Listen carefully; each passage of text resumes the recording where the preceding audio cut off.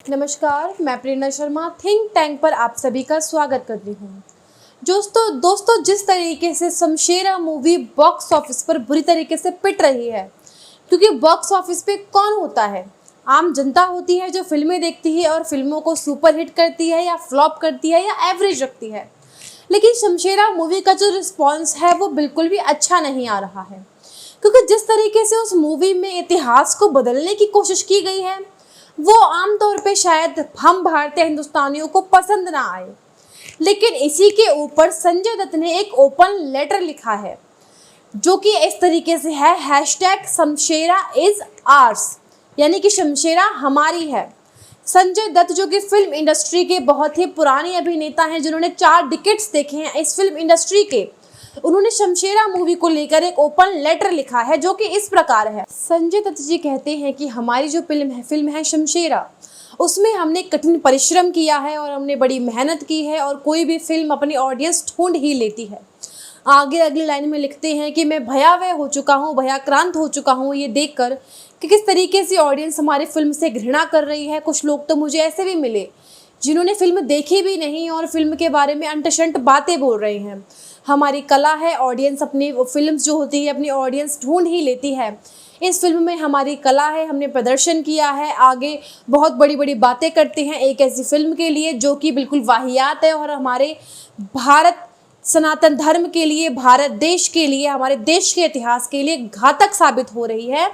और इसके बाद एंड में वह उसकी तारीफ करते हैं डायरेक्टर की, जो कि फिल्म के निर्देशक हैं, और एंड में वह लिखते हैं कि कुछ तो लोग कहेंगे, लोगों का काम है कहना।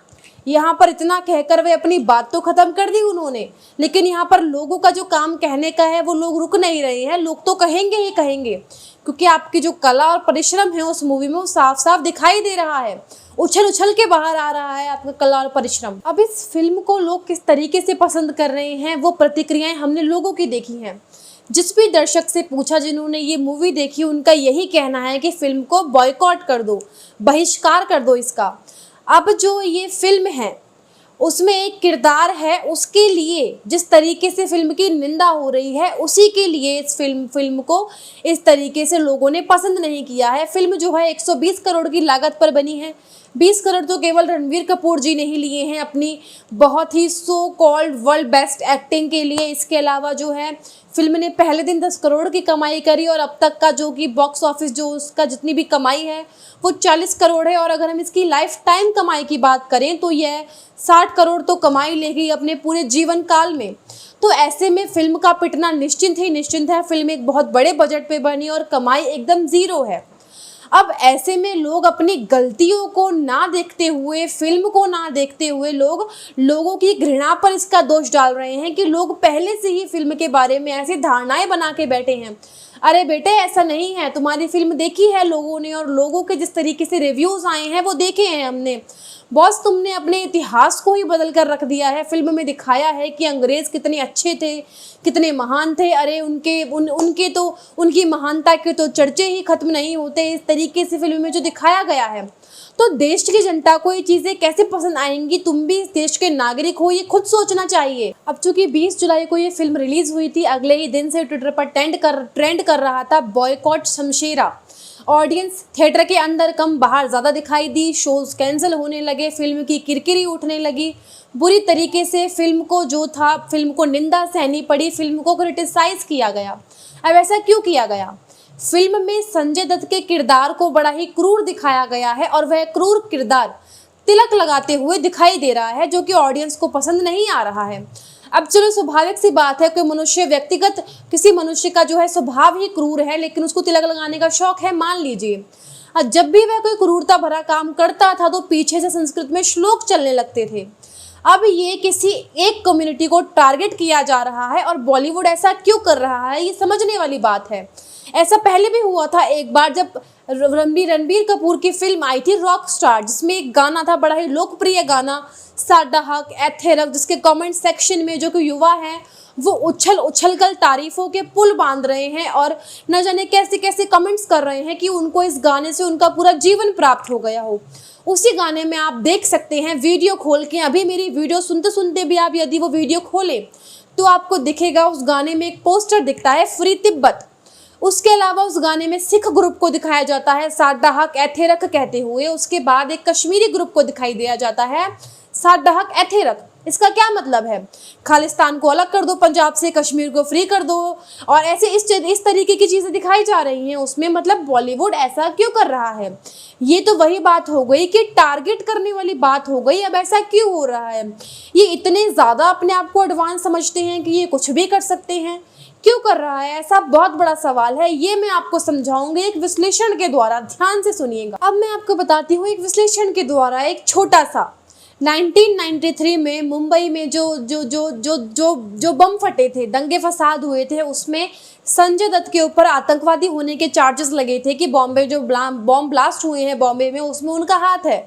उनके घर से ऐसे ऐसे हथियार मिले थे जो आम आदमी के पास नहीं होते हैं, दाऊद जैसे माफिया के पास होते हैं। तो ऐसे में जब सुनील दत्त ने संजय दत्त से पूछा कि तुम्हारे पास ये हथियार कैसे आए, तो उन्होंने बोला कि मेरे शरीर में आधा खून मुसलमानों का दौड़ता है, ये जो कुछ भी चल रहा है ये मैं देख नहीं पा रहा हूँ और ये मुझसे टैकल नहीं हो रहा है। इस तरीके की इन मीन बातें उनके द्वारा की गई थी।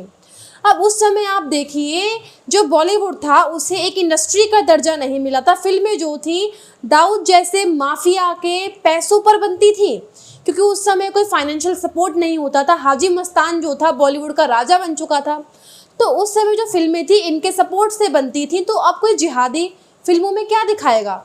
स्क्रिप्ट से लेकर एक्ट्रेस के चुनाव तक को लेकर, हर चीज़ को लेकर, ये जो दाऊद जैसे गैंग थे, दाऊद जैसे माफिया थे, ये इन चीज़ों को ये सिलेक्ट करते थे। इनके ही नक्शे कदमों पर ये फिल्में बनती थी, इनका चुनाव होता था। तो जब दाऊद जैसे माफिया किसी फिल्म में पैसा लगाएंगे तो वो क्या दिखाएंगे? आप खुद सोचिए। कोई जिहादी यदि फिल्म बनाएगा तो फिल्म में वो क्या दिखाएगा? ये दिखाएगा कि हमारे भगवानों की महिमा नहीं दिखाएगा। वो क्या दिखाएगा? आप खुद समझ सकते हैं, आप खुद समझदार हैं। अब 2010 तक बॉलीवुड को जो था इंडस्ट्री का दर्जा मिल चुका था। तो ये लोग जो कमाई कर रहे थे, ये थिएटर से तो कर भी रहे थे, लेकिन अब इन्होंने एक नया तरीका खोज लिया कमाई करने का। इन्होंने पाकिस्तान में सदफ नाम की एक कंपनी खरीदी और वहाँ पर जो सीडीज थी फिल्मों की वह बेचते थे।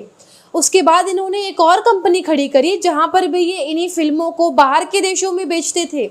इस तरीके से ये लोग काम करते थे, जो ये फिल्म के चयन से लेकर हर चीज़ ये खुद ही करते थे। और जो चोरी चुपके कांड हुआ था, राकेश रोशन को गोली लगी थी, ये भी उस समय की ही बात है। क्योंकि जो लोग सिस्टम में तब थे, जो जिहादी सिस्टम में तब थे, वो लोग आज भी हैं। बशर्ते फ़र्क इतना है कि वो लोग सामने नहीं आते, लेकिन लोग वही हैं। तो ये लोग फिल्मों में इन सब चीज़ों के अलावा क्या दिखा सकते हैं? हम खुद समझदार हैं, हम खुद सोच सकते हैं। लेकिन जो शमशेरा को देख के जो हिंदुस्तान की ऑडियंस ने जो फैसला लिया है बॉयकॉट, इसको सुनकर मेरा जो मन है एज एन इंडियन, मतलब इस देश के नागरिक होने के नाते मेरा जो मन है वो गदगद हो उठा है कि देश की जनता जो है वो आज अपने धर्म के लिए, अपने इतिहास के लिए इतनी जागरूक है। बहुत खुशी हुई ये देखकर। लेकिन आज के लिए, आज की रिपोर्ट में बस इतना ही। तब तक के लिए आपसे अनुरोध है, जुड़े रहिए हमारे साथ, देखते रहिए हमारा चैनल थिंक टैंक। नमस्कार।